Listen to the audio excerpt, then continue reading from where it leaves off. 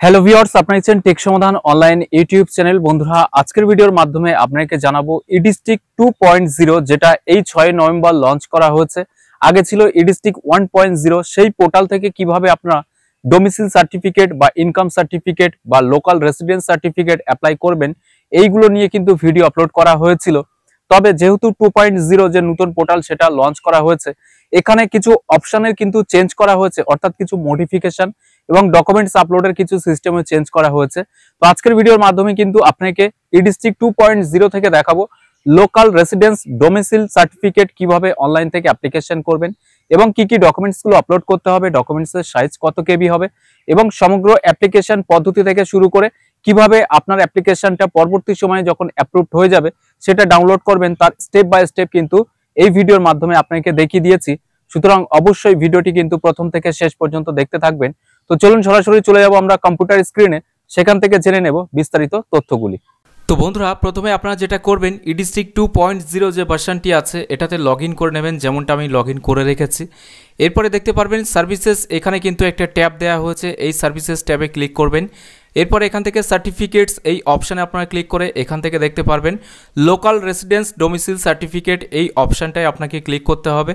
যখনই এখানে ক্লিক করবেন এখানে দেখতে পারবেন এলিজিবিলিটি ক্রাইটেরিয়া, অর্থাৎ ওয়েস্ট বেঙ্গলের যারা বাসিন্দা তারাই এটার সুবিধাটা পাবেন। এরপরে দেখতে পারবেন ডকুমেন্ট রিকোয়ারমেন্ট, অর্থাৎ রেসিডেন্টিয়াল প্রুফ হিসেবে কী কী ডকুমেন্ট লাগবে সেটা এখানে দেওয়া আছে। আইডেন্টিটি প্রুফ হিসেবে কী কী লাগবে সেটা এখানে দেওয়া আছে।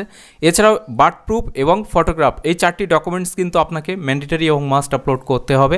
পেমেন্টের কোনো বিষয় নেই এখানে। এরপরে অ্যাকসেপ্টেন্স ক্রাইটেরিয়া কি আছে সেটা এখানে দেওয়া হচ্ছে, জাস্ট এখানে অ্যাকসেপ্ট যে বাটনটি আছে এই অ্যাকসেপ্ট বাটনে আপনাকে ক্লিক করতে হবে।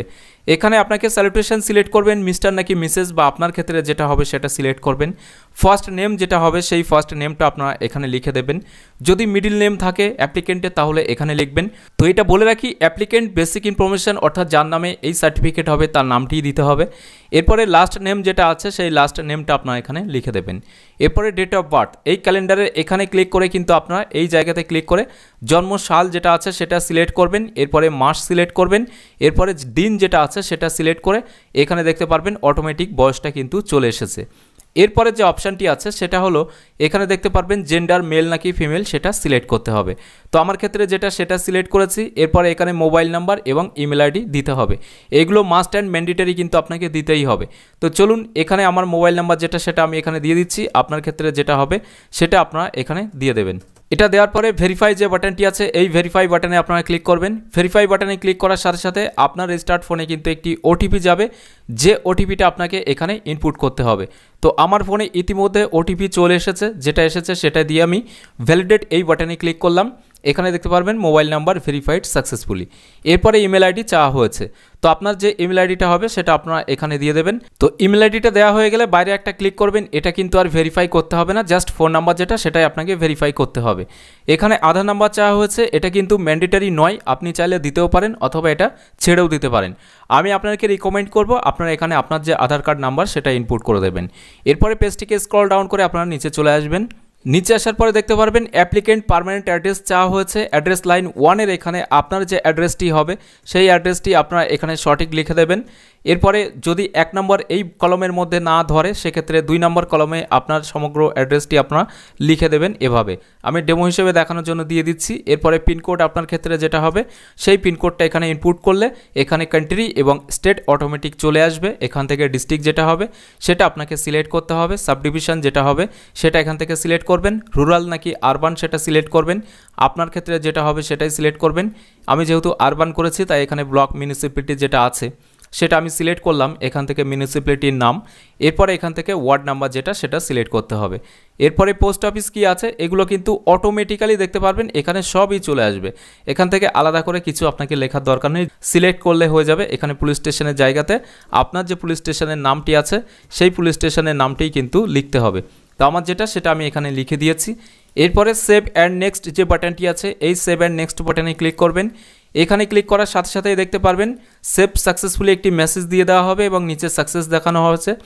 এরপরে পেজটিকে স্ক্রল ডাউন করে নিচে আসার পরে দেখতে পারবেন এখানে দেখতে পারবেন প্রেজেন্ট অ্যাড্রেস অফ অ্যাপ্লিকেন্ট, অর্থাৎ আগে যে অ্যাড্রেসটি দিয়েছেন সেটা হলো পার্মানেন্ট অ্যাড্রেস এবং এটা হলো প্রেজেন্ট অ্যাড্রেস। অর্থাৎ পার্মানেন্ট অ্যাড্রেস এবং প্রেজেন্ট অ্যাড্রেস যদি আলাদা হয় তাহলে বর্তমানে যেখানে আছেন সেটা এখানে দেবেন, আর যেটা আপনার পার্মানেন্ট ঠিকানা সেই ঠিকানাটা আগে যেহেতু দিয়েছেন, আর যদি দেখা যাচ্ছে দুটো ঠিকানা একই আছে তাহলে এখানে পার্মানেন্ট অ্যাড্রেস অফ অ্যাপ্লিকেন্ট এই অপশানে টিক দিয়ে দেবেন। দিলে অটোমেটিক্যালি আগে যেগুলো ফিল করেছেন সেগুলোই কিন্তু প্রেজেন্ট অ্যাড্রেসে চলে আসবে।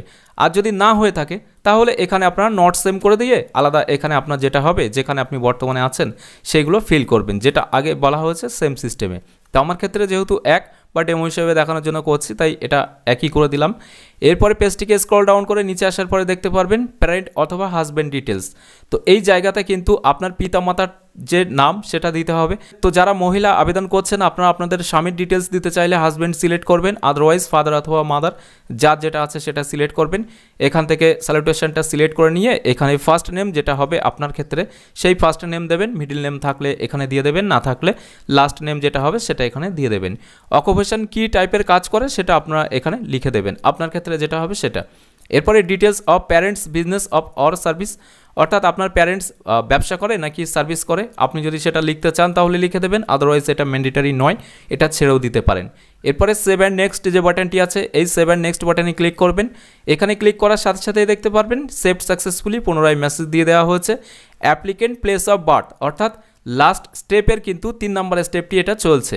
তো এখানে অ্যাপ্লিকেন্টের প্লেস অফ বার্থটা কিন্তু দিতে হবে। যদি ঠিকানা একই হয়ে থাকে অর্থাৎ প্রেজেন্ট অ্যাড্রেস বা পার্মানেন্ট অ্যাড্রেস আপনি যেটা দিয়েছেন আগে সেই অনুযায়ী যদি একই হয়ে থাকে তাহলে এখানে একই দেবেন, অথবা দেখা যাচ্ছে এটা কিন্তু প্লেস অফ বার্থ বলতে জন্মস্থানের কথা বলা হচ্ছে। এটা হতে পারে যে অ্যাপ্লিকেন্ট আবেদন করছেন সে অ্যাপ্লিকেন্টের জন্মস্থান আগে আলাদা জায়গাতে ছিল, এখন সে প্রেজেন্ট অন্য জায়গাতে থাকে, সেক্ষেত্রে আপনারা এখানে আপনার ক্ষেত্রে যেটা হবে সেটার সাথে আপনারা ম্যাচ করে দিতে পারবেন। যদি পার্মানেন্ট অ্যাড্রেসের সাথে মিলে যায় প্লেস অফ বার্থ তাহলে এটা করবেন, যদি প্রেজেন্ট অ্যাড্রেসের সাথে ঠিক হয়ে থাকে বা ম্যাচ হয়ে থাকে প্লেস অফ বার্থটা তাহলে এটা করবেন। তো আমার ক্ষেত্রে 3টি অ্যাড্রেসই যেহেতু এক সেজন্য আমি এটাই সিলেক্ট করলাম, অর্থাৎ পার্মানেন্ট অ্যাড্রেস বলুন প্রেজেন্ট অ্যাড্রেস বা প্লেস অফ বার্থ সবই একই জায়গাতে, তাই আমি এটা করে দিয়েছি। আপনার ক্ষেত্রে যেটা হবে সেটা আপনারা চিন্তা ভাবনা করে এখান থেকে ভালো করে বুঝে তারপরে করবেন, ক্লিয়ারলি যেহেতু বলে দিয়েছি। এরপরে পেজটিকে স্ক্রল ডাউন করে নিচে আসার পরে দেখতে পারবেন এখানে কিন্তু এডুকেশন ডিটেলস অফ অ্যাপ্লিকেন্ট চাওয়া হয়েছে, অর্থাৎ যে আবেদন করছে তার যে এডুকেশন ডিটেলস সেটা কিন্তু দিতে হবে। এখানে নেম অফ ইনস্টিটিউশন যেটা হবে আপনার ক্ষেত্রে সেটা আপনারা এখানে দিয়ে দেবেন, আমার ক্ষেত্রে যেটা হবে আমি সেটা এখানে দিয়ে দিয়েছি। এরপরে ক্লাস ফ্রম, অর্থাৎ কোন ক্লাস থেকে কোন ক্লাস পর্যন্ত এই স্কুলে যেটা নাম স্কুলের নাম দিয়েছেন, এটা স্কুল হতে পারে কলেজ হতে পারে, যেটা নাম দিয়েছেন সেখানে আপনি কোন ক্লাস থেকে পড়াশোনা করছেন সেটা এখানে দিয়ে দেবেন। এরপরে ক্লাস 2 এখানে আপনারা দিয়ে দেবেন, আপনার ক্ষেত্রে যেটা হবে সেটা। তো আমার ক্ষেত্রে যেটা হবে আমি সেটা এখানে দিয়ে দিয়েছি। এরপরে ফ্রম ইয়ার টু ফ্রম 2 ইয়ার এটা চাওয়া হয়েছে, তো আমি এখানে যে সালে ভর্তি হয়েছিলাম সেটা দিয়ে দিচ্ছি এবং যে সালে আমি পাস আউট হয়েছি, আমি যেহেতু 12 দিয়েছি তো 12-এ আমি যে সালে পাস আউট হয়েছিলাম সেটা এখানে দিয়ে দিয়েছি। এরপরে ওকে বাটনে ক্লিক করবেন, এটা আপনিও আপনার ক্ষেত্রে যেটা হবে সেটা দিয়ে ওকে বাটনে ক্লিক করে দেবেন। ওকে বাটনে ক্লিক করার সাথে সাথে দেখতে পারবেন এখানে কিন্তু আপনার ইনস্টিটিউশন ডিটেলস কিন্তু অ্যাড হয়ে গেছে। আপনি যদি আরও অন্য স্কুল বা কলেজ অ্যাড করতে চান তাহলে এই প্লাস অ্যাড রোতে ক্লিক করে সেমভাবেই কিন্তু অ্যাড করতে হবে। এরপরে সেভ অ্যান্ড নেক্সট যে বাটনটি আছে এই সেভ অ্যান্ড নেক্সট বাটনে আপনারা ক্লিক করবেন। এখানে ক্লিক করার সাথে সাথেই দেখতে পারবেন এই জায়গাতে কিন্তু সেভ হয়ে গেছে। এরপরে বলা হয়েছে আপনি লাস্ট 15 বছর কোন জায়গাতে বসবাস করছেন এটা কিন্তু আপনাকে দিতে হবে, এর জন্য অ্যাড রো বাটনে ক্লিক করবেন। এখানে আপনি লাস্ট 15 বছর যেখানে বসবাস করছেন সেই ঠিকানাটা যদি পার্মানেন্ট হয় তাহলে এটা সিলেক্ট করবেন, প্রেজেন্ট অ্যাড্রেস যেটা দিয়েছেন সেটার সাথে মিললে এটা, আর প্লেস অফ বার্থের সাথে যদি মেলে তাহলে এটা সিলেক্ট করে দেবেন। আপনার ক্ষেত্রে যেটা হবে সেটা আপনারা সিলেক্ট করে এখানে কিন্তু আপনাকে দিতে হবে কোন সাল থেকে কোন সাল পর্যন্ত আপনি বসবাস করছেন। তো এখানে আপনার ক্ষেত্রে যেটা হবে আপনারা অবশ্যই সেটা এখানে দিয়ে দেবেন। আমি একটা দেখানোর জন্য দিয়ে দিচ্ছি। এরপরে টু ডেট অর্থাৎ বর্তমানের যে দিনটা আছে সেটা আপনারা এখানে সিলেক্ট করে দেবেন। এরপরে হাউস টাইপ ক্লিক করতে হবে, এখানে ক্লিক করে নিজের বাড়ি নাকি ভাড়া নেওয়া বা অফিসিয়াল হাউজিং আপনার ক্ষেত্রে যেটা হবে সেটা সিলেক্ট করবেন। এরপরে ওকে যে বাটনটি আছে এই ওকে বাটনে আপনারা ক্লিক করে দেবেন। এখানে ক্লিক করার সাথে সাথেই দেখতে পারবেন এই স্টেপটি কমপ্লিট হয়ে গেছে।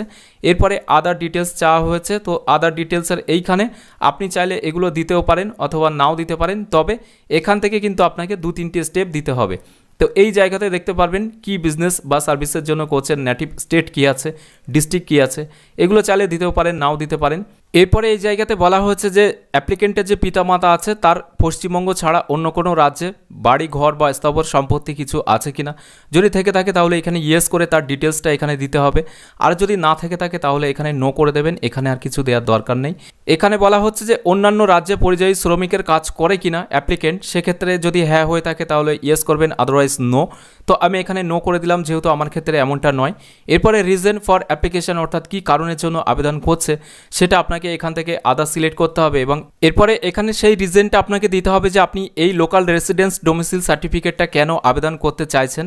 তো আমি এখানে জাস্ট স্কলারশিপ এটা দিয়ে দিচ্ছি। আপনার ক্ষেত্রে যেটা হবে আপনার সঠিকটাই কিন্তু লিখে দেবেন, সেটা কোনো জব রিলেটেড হতে পারে বা আপনার ক্ষেত্রে যেটা হবে সেটা। এরপরে সেভ যে বাটনটি আছে এই সেভ বাটনেই ক্লিক করবেন। সেভ বাটনে ক্লিক করার সাথে সাথেই এখানে প্রিভিউ বাটনটি অ্যাক্টিভ হয়ে যাবে। জাস্ট প্রিভিউ বাটনে আপনারা একবার ক্লিক করে দেবেন। প্রিভিউ বাটনে ক্লিক করার সাথে সাথে এখানে দেখতে পারবেন যে আপনি যে সমস্ত ইনফরমেশানগুলো দিয়েছেন বা ফিল করেছেন তার সমস্ত তথ্যগুলো কিন্তু এখানে শো হবে। জাস্ট পেজটিকে স্ক্রল ডাউন করে আপনারা নিচে চলে আসবেন। নিচে আসার পরে দেখতে পারবেন এখানে আপনার পার্মানেন্ট অ্যাড্রেস, প্রেজেন্ট অ্যাড্রেস বা হাজবেন্ড ডিটেলস, এরপরে প্লেস অফ বার্থ, অর্থাৎ এক কথায় আপনি যে সমস্ত ইনফরমেশানগুলো দিয়েছেন এডুকেশন ডিটেলস থেকে শুরু করে তার সমস্ত তথ্যগুলো কিন্তু এই জায়গাতে শো হবে। জাস্ট এগুলো একবার ভালো করে মিলিয়ে দেখে নেবেন যে এগুলো সব কিছু ঠিকঠাক আছে কিনা। এছাড়াও চাইলে এর একটা পিডিএফ কপি কিন্তু ডাউনলোড করতে পারেন, যেমনটা আমি ডাউনলোড করে নিয়েছি। এখানে ক্লিক করে আপনারা ডাউনলোড করে নেবেন। তো এটা ডাউনলোড হয়ে গেলে সিম্পলি এটাকে ক্লোজ করে দেবেন। ক্লোজ করার পরে কিন্তু দেখতে পারবেন এখানে সাবমিট বাটনটি অ্যাক্টিভ হয়ে যাবে। এরপরে আপনাকে যেটা করতে হবে পেজটিকে স্ক্রল আপ করে উপরে চলে আসবেন। উপরে আসার পরে বাম দিকে দেখতে পারবেন সাপোর্টিং ডকুমেন্ট একটি অপশান দেওয়া হয়েছে, জাস্ট এর উপরে একবার ক্লিক করবেন। এখানে ক্লিক করার সাথে সাথে দেখতে পারবেন রেসিডেন্সিয়াল প্রুফ হিসাবে আপনারা যেটা দিতে পারবেন এখানে Aadhaar card, domicile certificate, rent agreement, passport, residential certificate issued by SDO বা ইলেকট্রনিক ফটো আইডেন্টি কার্ড বা ভোটার কার্ড যেটা, ড্রাইভিং লাইসেন্স, এরপরে রেশন কার্ড বা গভর্নমেন্টের যে কোনো আইডি কার্ড বা ডিফেন্স আইডি কার্ড। তো এর মধ্যে যেটা হবে সেটা এখানে সিলেক্ট করে এখানে অ্যাটাচ ফাইলে ক্লিক করে সিলেক্ট করে দেবেন। এরপরে আইডেন্টি প্রুফ হিসাবে এখানে প্যান কার্ড, ভোটার কার্ড, আধার কার্ড, ড্রাইভিং লাইসেন্স যে কোনো একটা আপনারা এখানে দিয়ে দেবেন। তো আপনার ক্ষেত্রে যেটা হবে সেটা এখানে সিলেক্ট করে অ্যাটাচ ফাইল এই জায়গাতে আপনারা ক্লিক করবেন। ক্লিক করার পরে সেই ফাইলটাকে সিলেক্ট করে দেবেন। এরপরে ফটোগ্রাফের জায়গাতে আপনার যে পাসপোর্ট সাইজের ফটোগ্রাফ সেটা কিন্তু দিতে হবে, যেটার file type JPG, JPEG, PNG, যেটা 150 কেবির মধ্যে, বা উপরের সমস্ত ডকুমেন্টসগুলো 150 কেবির মধ্যে, শুধুমাত্র পিডিএফটা এক্সট্রা দেওয়া হয়েছে। এরপরে নিচে আসার পরে দেখতে পারবেন প্রুফ অফ বার্থ, অর্থাৎ জন্মের প্রমাণপত্র হিসাবে এখানে ভেরিফিকেশন সার্টিফিকেট প্রধান বা চেয়ারম্যানের থেকেও আপনারা দিতে পারেন, বা হসপিটাল বা ডক্টরের ইনস্টিটিউট সার্টিফিকেট সেটাও দিতে পারেন, এফিডেভিট বাই পিটিশনার দিতে পারেন। যদি বার্থ সার্টিফিকেট না থাকে আর বার্থ সার্টিফিকেট থাকলে এটা সিলেক্ট রেখে সেটা আপনার অ্যাটাচ ফাইলে ক্লিক করে সিলেক্ট করে দেবেন। আদার রিলেভেন্ট ডকুমেন্ট আপনারা চাইলে দিতেও পারেন, নাও দিতে পারেন। এরপরে আই অ্যাকসেপ্ট এই অপশানে আপনারা ক্লিক করবেন।